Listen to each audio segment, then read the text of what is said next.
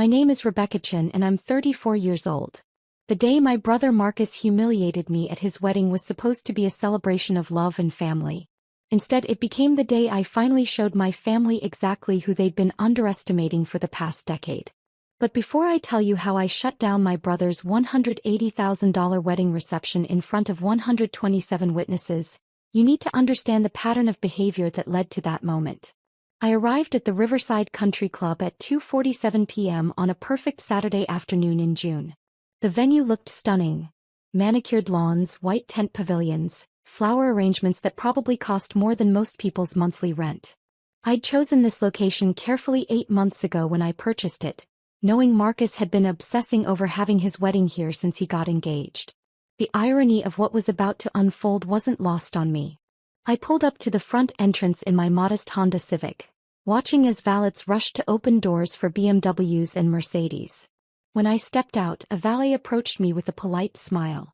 "Welcome to Riverside Country Club. Are you here for the Marcus Chin wedding?" "Yes, I'm his sister," I said, handing him my keys. He took them, but before I could walk toward the entrance, my mother appeared at the top of the stairs. She was wearing a champagne-colored dress that probably cost $3,000, her hair perfectly styled, diamonds glinting at her throat. The moment she saw me, her expression shifted from elegant hostess to cold dismissal. "Rebecca," she said, descending the stairs with calculated grace. "You're here." Not, "I'm so glad you came," or, "You look lovely." Just the acknowledgement of my presence, delivered with the emotional warmth of a parking ticket. "Of course I'm here, Mom. It's Marcus's wedding." She looked me up and down, taking in my simple navy dress. Elegant but not flashy, appropriate but not expensive. I saw the judgment flicker across her face. "The service entrance is around the back," she said, loud enough that several arriving guests turned to look. "Family uses the front entrance." "You're not really family." The words hung in the air like a slap. I counted 127 guests within hearing distance. Some already inside the lobby, others arriving, a few standing on the terrace with cocktails. All of them had heard. Some looked away uncomfortably. Others stared with undisguised curiosity. A few whispered to each other. My mother adjusted her dress with deliberate precision, as if she'd just handled an unpleasant but necessary task. "Marcus has a seating chart. You'll be at table 18 near the back.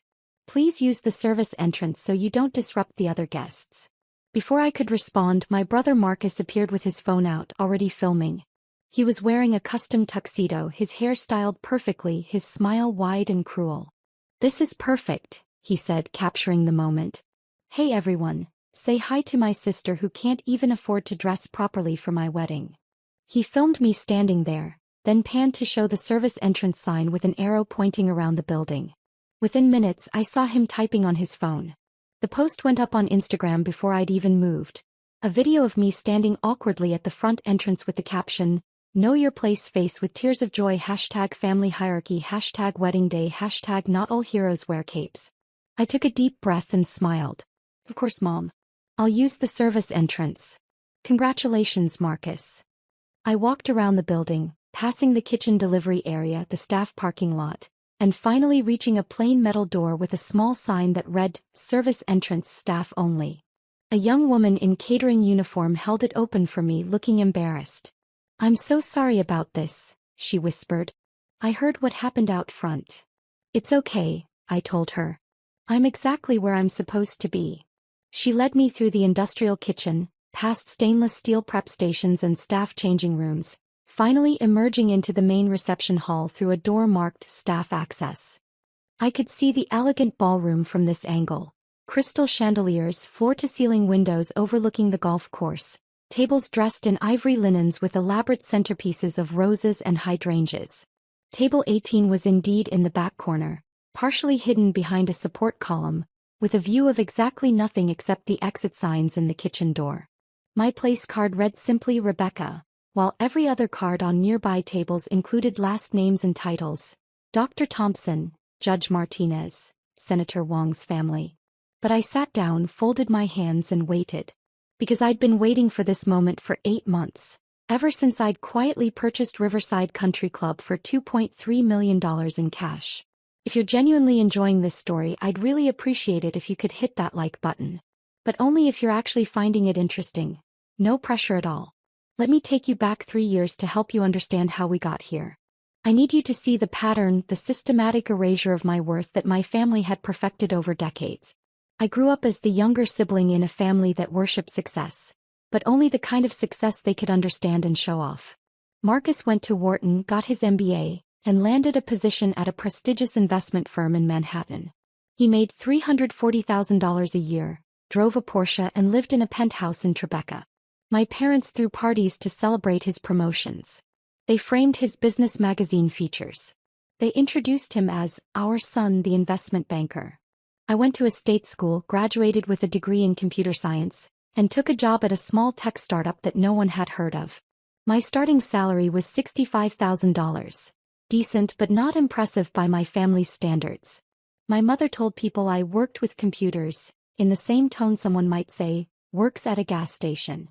My father stopped asking about my job after the first year, clearly bored by my explanations of back-end infrastructure and database architecture. The startup was called DataStream Solutions. I was employee number 12, brought in to rebuild their entire data pipeline. I worked 80-hour weeks, sleeping under my desk some nights, living on vending machine coffee and determination. My family never asked about it. When I tried to mention a breakthrough or a successful launch, my mother would interrupt. That's nice, dear. Did you hear Marcus closed a $50 million deal? 3 years ago, DataStream got acquired by a Fortune 500 company for $840 million. As employee number 12 with equity points and a critical role, my shares were worth $4.7 million after taxes. I was 31 years old and suddenly wealthier than I'd ever imagined. I didn't tell my family. I'd learned by then that my achievements didn't matter to them, so why bother? Instead, I invested carefully. I bought a modest condo in a good neighborhood. Nothing flashy, just 1,200 square feet with good light and a parking spot. I kept driving my Honda Civic. I kept wearing clothes from Nordstrom Rack instead of designer boutiques. I invested in index funds, bought a few rental properties, and continued working as a senior engineer at the acquiring company for $180,000 a year plus benefits. To my family, I remained Rebecca who works with computers. The disappointment. The one who didn't achieve anything worth bragging about. The pattern of exclusion started small and grew over time. My parents would have dinner parties and forget to invite me. When I'd hear about them later through mutual friends, my mother would say, "Oh, it was just for Marcus's work colleagues. You wouldn't have been interested." Marcus got a new apartment and my parents threw him a housewarming party with 60 guests. When I bought my condo, my mother said, "We can't keep celebrating every little thing, Rebecca. It's just a small condo. Family vacations happen without me." "We didn't think you could afford it," my father explained when I found out they'd spent 2 weeks in Italy with Marcus and his then-girlfriend. Holiday celebrations got scheduled around Marcus's availability. "He's so busy," my mother would say. "We have to work with his schedule." If I mentioned I was also busy, she'd wave it off.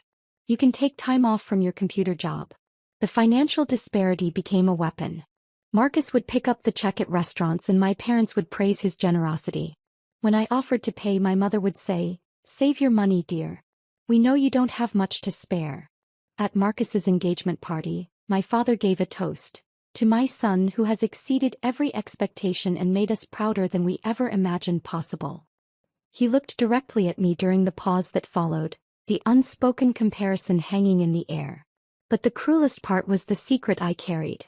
I'd been financially supporting my parents for 6 years. It started when my father's consulting business hit a rough patch. He came to me embarrassed, asking for a loan of $10,000 to cover some expenses. "Just until we get back on our feet," he said. "Don't tell Marcus. You know how he is about money."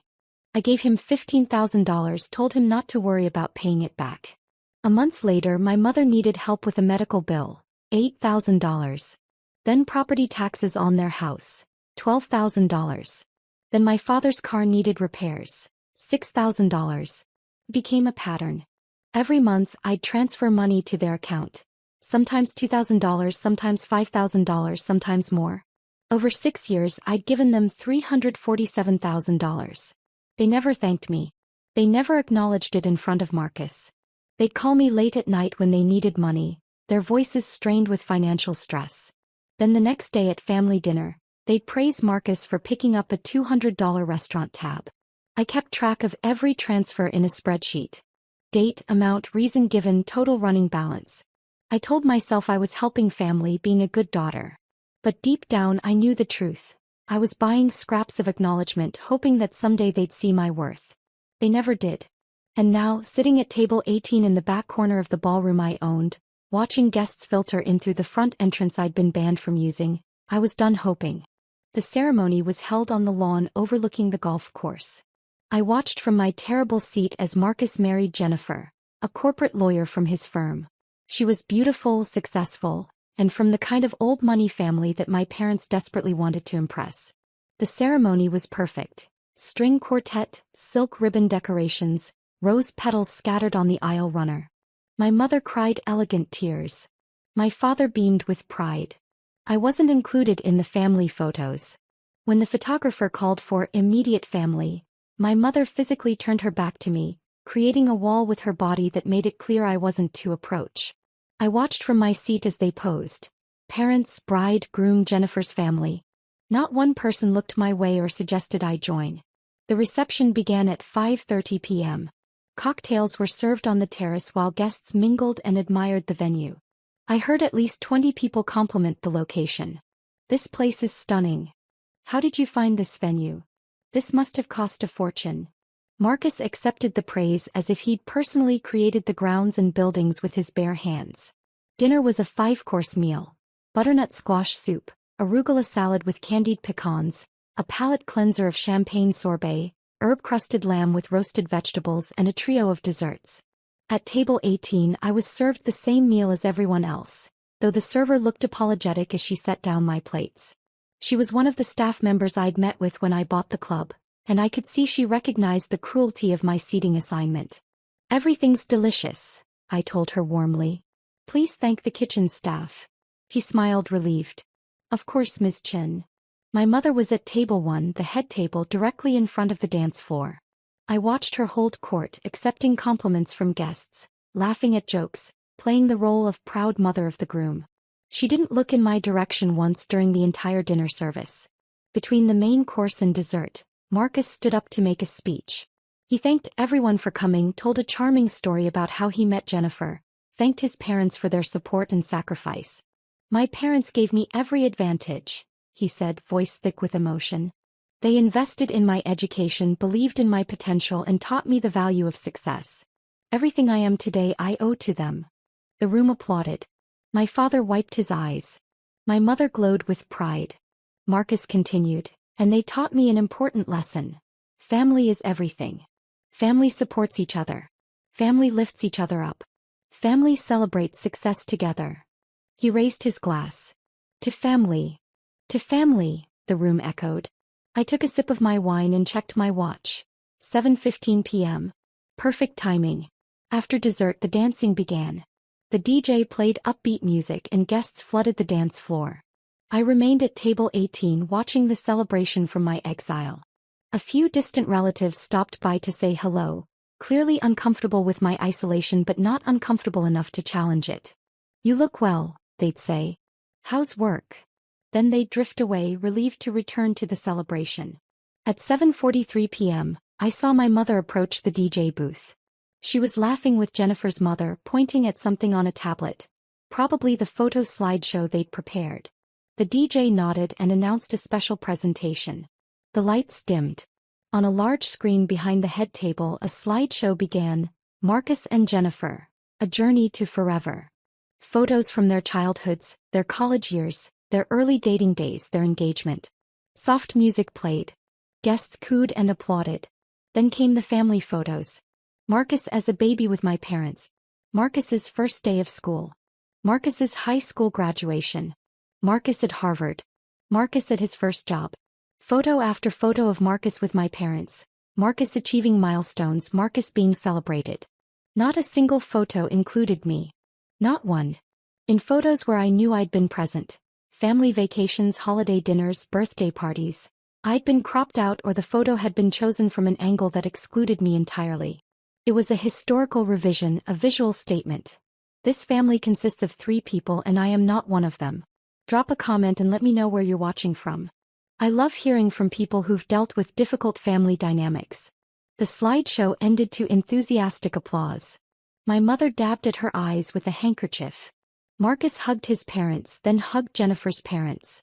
The DJ announced it was time for the parent dances. First dance with the mothers, then the fathers. While Marcus danced with my mother, I stood up and walked quietly toward the venue manager's office. I timed this perfectly. The celebration was in full swing. Everyone was distracted and emotional and no one would notice my absence. David Morrison, the venue manager, was exactly where I'd asked him to be. In his office reviewing the evening's schedule. He looked up when I knocked. "Miss Chen, is it time?" "It's time," I said. He nodded, stood and straightened his tie. "I'll make the announcement during the father-daughter dance as you requested. Are you certain about this?" "I've never been more certain about anything in my life." "Very well." He picked up a tablet and followed me back toward the ballroom. We waited in the service hallway, watching through the staff entrance as Marcus danced with my mother, then transitioned to dancing with Jennifer's mother. The song changed. My father approached Jennifer for their dance. The father-daughter moment everyone anticipated. The music swelled. Guests circled the dance floor, phones out, capturing the moment. It was beautiful and touching and exactly the kind of memory my parents loved. Being at the center of someone else's important moment, basking in reflected glory. David cleared his throat, checked his tablet once more and then walked onto the dance floor. He moved with quiet authority, his presence professional but firm. He approached my father and Jennifer mid-dance. "Excuse me," David said, his voice polite but clear enough to carry. "I apologize for the interruption." The music didn't stop immediately, so David gestured to the DJ who faded the song. The sudden silence was jarring. All 127 guests turned to look. My father, confused and annoyed, stopped dancing. "What's the meaning of this?" he demanded. "This is my son's wedding." David maintained his professional composure. "Sir, I'm David Morrison, the venue manager here at Riverside Country Club. I need to speak with you regarding this evening's event." My mother had pushed through the crowd now, her face tight with anger. "This is highly inappropriate. We paid for this venue. Whatever problem you have can wait until after the reception." "Actually, ma'am, that's precisely what I need to address." David looked around the room, making eye contact with several guests. "I've been informed that there's been a significant misunderstanding about this venue and tonight's arrangements." Marcus stepped forward, his confidence radiating. He'd dealt with difficult vendors before. This was just another person who needed to be managed. "Look, Morrison, we booked this place 6 months ago. We have a contract. Whatever issue you think you have, it can be handled through proper channels. Right now you're interrupting my wedding reception." "I understand, Mr. Chin. However, I'm not here about the booking or the contract." David consulted his tablet. "I'm here because the property owner has requested that I make an announcement regarding ownership of Riverside Country Club." The room had gone completely silent. Every person was watching, many still holding up their phones, inadvertently recording what was about to happen. I could see confusion on most faces, curiosity on others. My mother's expression had shifted from anger to uncertainty. "The owner," my father said. "What does the owner have to do with anything? We're paying customers." "That's just it, sir. You're not." David turned slowly, scanning the room until his eyes found me standing near the service entrance. He lifted his hand and gestured in my direction. "Ladies and gentlemen, I'd like to introduce you to Ms. Rebecca Chen, who purchased Riverside Country Club 8 months ago for $2.3 million. She is the owner of this property, and she has been since October of last year." You could have heard a pin drop in that ballroom. Every head turned toward me. Phones pivoted, capturing my face. I stepped out of the shadows near the service entrance and walked slowly toward the center of the room, my modest navy dress suddenly feeling like armor. My mother's face had gone completely white. My father stood frozen, his mouth slightly open. Marcus looked like someone had physically struck him. Confusion, disbelief, and dawning horror crossing his features in rapid succession. "What?" my mother whispered. That's not possible." I reached the edge of the dance floor and stopped. "Hello, Mom. Dad. Marcus. Beautiful wedding. Really beautiful venue, isn't it? I thought so too when I purchased it last October." You're lying, Marcus said, his voice cracking. You can't afford, you don't have, there's no way. I have the property deed, the purchase documents, the LLC formation papers, and 8 months of ownership records, I said calmly. David, would you like to continue? David nodded. Miss Chin specifically chose not to reveal her ownership when the venue was booked. She paid for all the services tonight personally. The catering, the bar, the DJ, the flowers, the tables, chairs, everything. The $47,000 deposit your family paid 6 months ago? Miss Chin had that transferred into an escrow account. You'll receive a full refund. My father found his voice. Rebecca, what is this? Some kind of joke. No joke, Dad. Just the truth. I own this property. I paid for this entire reception. The country club you've been bragging about to all your friends for 6 months? The prestigious venue Marcus was so proud to book? I let him book it. I looked around at the 127 witnesses, their phones still recording. The service entrance I was told to use because I'm not really family? Also mine. Jennifer, Marcus's new bride, spoke for the first time. I don't understand. If you own this place, why didn't you say something? Why did you let them treat you like that? Because I needed everyone to see exactly who they are, I said simply. I needed witnesses. I needed it documented. I looked at Marcus. I especially needed that Instagram post you made, Marcus. Know your place. With the hashtag family hierarchy? That's going to be really interesting evidence. Evidence, my mother said faintly. Evidence for what? For the lawsuit I'll be filing if anyone in this room tries to claim this was some sort of elaborate prank or that I'm lying. I have 8 months of property records, tax payments, insurance policies, and business licenses. I have the LLC formation documents showing I'm the sole owner. I have bank statements showing the $2.3 million purchase. Would you like David to show you the deed with my name on it? The room remained silent. I could see some guests exchanging glances, others looking down at their phones, probably already texting friends about what they were witnessing.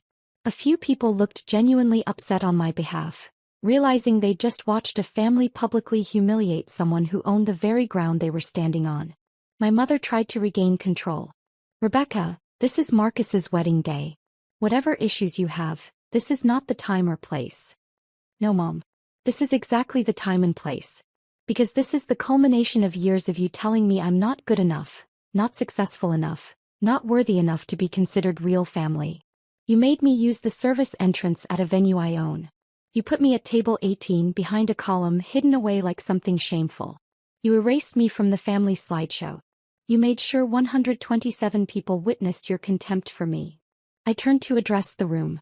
I want to be clear to everyone here. I hold no ill will toward any of you.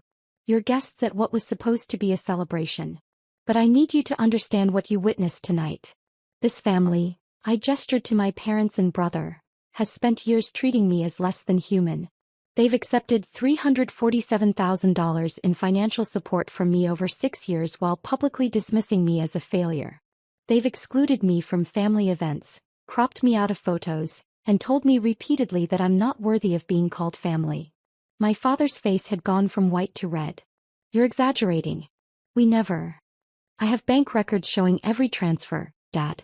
Every time you called me at 11 p.m. asking for money to cover property taxes or medical bills or car repairs. Every time Mom needed help with expenses and begged me not to tell Marcus because he has his own life to worry about. $347,000 over 6 years. Would you like me to show everyone the spreadsheet? The guests were riveted now.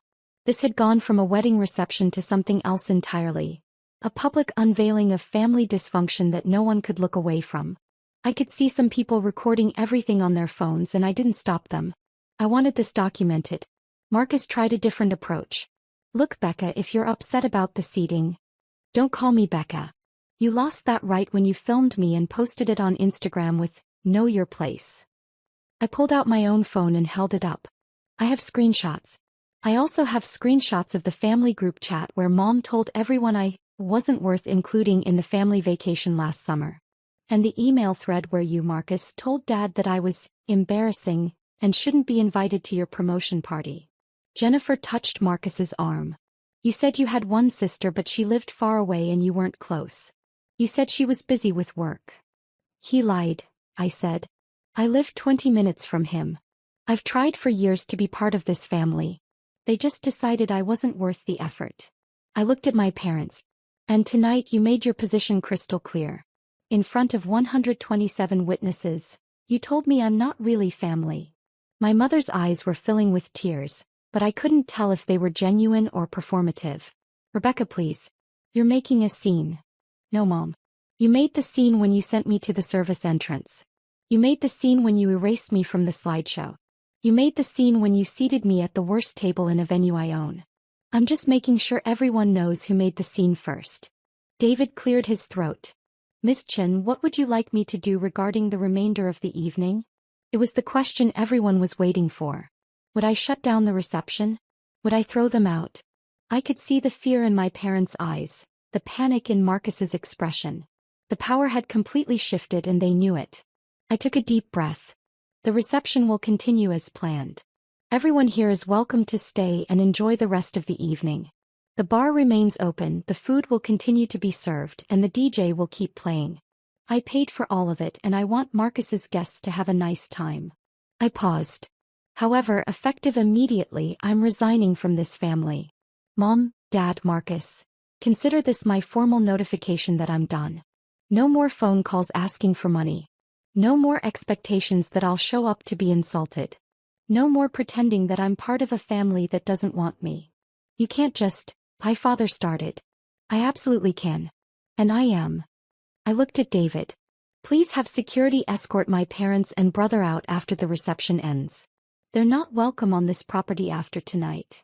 You can't ban us from a country club. Marcus said, his voice rising. We have memberships here. My friends have memberships. Actually, Marcus, you don't have a membership. When I purchased the property, I reviewed all the membership agreements. Our parents applied for membership 6 months ago, but the previous owner never processed it because they couldn't afford the $50,000 initiation fee. I found the paperwork in the pending files. I smiled. So no, you don't have memberships. You never did. You were just using the club as day guests for wedding planning meetings. The humiliation on their faces was complete. Everything they'd bragged about, the prestigious venue, their exclusive country club access, their elevated social status, had been built on a foundation they didn't own and couldn't afford. My mother was crying now, real tears of genuine distress. Rebecca, please. We can talk about this. We can fix this. There's nothing to fix, Mom. You made your choice tonight. You chose to humiliate me publicly, to erase me from family history, to treat me as less than human. The only reason you want to talk now is because you've realized I have money and property and success you didn't know about. If I'd stayed quiet about owning this place, you'd have kept treating me the same way forever. I turned to leave, then paused and looked back at the room full of witnesses. To everyone here, thank you for coming to celebrate Marcus and Jennifer. I genuinely hope you have a wonderful evening. The bar is fully stocked. The dessert bar is opening in 20 minutes. And the DJ has been instructed to take requests. Enjoy yourselves. I looked at my parents one final time. And please feel free to use the front entrance when you leave. Unlike me, you'll get that privilege. I walked out through the front entrance, not the service entrance, with my head high and my shoulders back. Behind me, I could hear the murmur of 127 people trying to process what they'd just witnessed. Some would side with my family. Some would think I'd been cruel. But most would remember that they'd watched a family publicly humiliate someone, only to discover that person held all the power they'd been denied. David caught up with me in the main lobby. Miss Chen, are you all right? I'm perfect, David. Make sure the staff takes care of the guest. I want everyone to have a good time despite the drama. Of course. And your family. After the reception ends at midnight, please have security escort them out. Change all the access codes, update the membership records, and make sure they understand they're not welcome back. Understood. He hesitated. For what it's worth, what you did in there took tremendous courage. It took 8 months of planning and $2.3 million, I said. But yes, it also took courage. I drove home that night, got into comfortable clothes, poured myself a glass of wine, and finally let myself feel everything I'd been holding back. I didn't cry, I was past tears. I felt lighter, like I'd been carrying a weight I didn't know I could put down. My phone started ringing at 11:47 p.m., right as the reception would be ending. Marcus called first, then my mother, then my father, then Marcus again. I didn't answer. They called 6-7 times before midnight. Then the text started. How could you? You ruined everything. This is so cruel. Call us immediately. I blocked all their numbers at 12:15 a.m. and went to bed. The next morning my phone showed 89 missed calls from various family members. Aunts, uncles, cousins who'd been at the wedding. I blocked them all. A few sent emails instead, which I read out of curiosity. Most condemned me for ruining Marcus's special day. A few said I was petty and vindictive. 3 people, my cousin Sarah, my Aunt Patricia, and a family friend named Helen, sent messages of support. I can't believe they treated you that way, Sarah wrote. You showed incredible restraint. Most people would have shut down the whole reception. I responded to those 3, thanked them for their kindness, and deleted the rest of the emails without reading them. 2 weeks later, I received a letter from an attorney representing my parents. They were demanding I return the $347,000 they claimed I stole from them. The letter stated that the money was given under false pretenses, and that I had manipulated vulnerable elderly people. I forwarded the letter to my own attorney with copies of every bank transfer, every text message begging for money, every email about unpaid bills. My attorney responded to their attorney with a simple message. Ms. Chin has extensive documentation showing that all funds were gifts freely given. If your clients persist in making defamatory claims, we will file a countersuit for harassment and defamation. Additionally, Ms. Chin is prepared to provide evidence of financial elder abuse if your client's claims suggest they were not mentally competent to manage their own finances. I never heard from that attorney again. 3 months after the wedding, I was having coffee at a local cafe when I ran into Jennifer, Marcus's wife. She was alone, looking stressed and tired. When she saw me, she hesitated, clearly unsure whether to approach. Rebecca, she said finally. Can I talk to you for a minute? I gestured to the empty chair across from me. Sure. She sat down, ordered a latte, and then said, I owe you an apology. I didn't know about any of it. Marcus told me you were distant, that you'd chosen not to be close to the family. He never mentioned that they treated you the way they did. Did he tell you I'd been sending them money for 6 years? No. I found out because your mother called me crying 3 weeks after the wedding, begging me to convince you to start sending them money again. She said they were going to lose their house. Jennifer looked down at her coffee. That's when I started asking questions. Marcus finally admitted they'd been borrowing money from you for years. He claimed it was no big deal, that family helps family. Did he mention that they never once thanked me? Or that they spent those same years telling me I was a failure? No. He didn't mention that either. She took a breath. I also found out that he knew about DataStream. He knew about your acquisition payout. He's been following the tech industry news for years. It's part of his job. He knew you made millions and he never said anything. That actually surprised me. He knew. He knew. And he deliberately kept it from your parents because, and these are his words, if they knew she had money, they'd stop respecting my success. Jennifer's hands were shaking slightly. He wanted you to stay small in their eyes so he could stay big. The cruelty of that took my breath away. It was one thing for my parents to be oblivious, to genuinely not know about my success. But Marcus knew, and he'd actively worked to keep me diminished in our parents' estimation. He'd protected his status as the golden child by ensuring I stayed the family disappointment. I'm filing for divorce, Jennifer said quietly. That's why I wanted to talk to you. I need you to know that I didn't know, and I'm sorry I didn't speak up that night. I should have said something when they made you use the service entrance. I should have questioned why you weren't in the family photos. I was so caught up in wedding planning and trying to fit into his family that I didn't pay attention to what was really happening. You're not responsible for their behavior, I told her. And you're not responsible for Marcus's lies. Maybe not. But I participated in it by staying silent. That makes me complicit. She pulled out an envelope and slid it across the table. This is from the wedding. I thought you should have it. I opened the envelope. Inside was a check for $47,000. The deposit my family had paid for the venue, which I'd put into escrow and planned to return eventually. I can't take this, I said, pushing it back toward her. Yes, you can. Marcus used money from our joint account. Money I earned, to make that deposit. I'm giving it to you as a wedding gift for the wedding that should have celebrated you instead of excluding you. She stood up. I'm sorry, Rebecca. I'm sorry for all of it. She left before I could respond. I sat there with the check, processing the fact that Marcus's wife had shown me more decency in a 10-minute conversation than my family had shown me in 34 years. It's been 18 months since Marcus's wedding. I still own Riverside Country Club, which has become quite profitable under my management. I've used the property for charity events, hosting fundraisers for local schools and community organizations. The service entrance has been permanently closed and converted into an office suite. There's only one entrance now and everyone uses it. My parents lost their house 8 months after the wedding.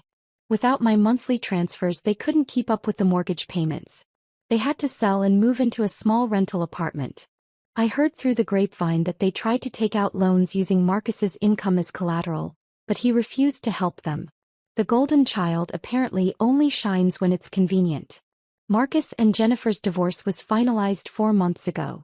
I heard he's dating someone new, another lawyer with the right pedigree and connections. My mother called me from a number I didn't recognize, leaving a voicemail saying they'd made mistakes and wanted to start fresh. I didn't call back. I don't miss them. That's the part that surprises me most. I genuinely don't miss being part of a family that never valued me. I've built my own family now. Sarah, my cousin who supported me, has become one of my closest friends. Aunt Patricia and I have dinner once a month. I've gotten involved in mentorship programs for young women in tech, and those relationships have become more meaningful than any biological connection I ever had. Last week I was having dinner with a group of friends, people I'd met through work and community activities, people who knew me as Rebecca the successful businesswoman and property owner, not Rebecca the family disappointment. One of them asked about my family and I realized I hadn't thought about them in weeks. I don't talk to them anymore, I said. They made it clear I wasn't worth their respect, so I made it clear they weren't worth my time. My friend nodded. Good for you. Family is supposed to lift you up, not tear you down. And that's exactly right. Family, real family, celebrates your success, supports your dreams, and treats you with basic human dignity. Anything less than that isn't family. It's just people who happen to share your DNA. I learned that lesson at my brother's wedding, standing at the service entrance of a country club I owned, watching 127 people witness my family's cruelty. I learned that sometimes the most powerful thing you can do is let people reveal exactly who they are, then walk away with your head high and your dignity intact. Marcus got his perfect wedding at his perfect venue.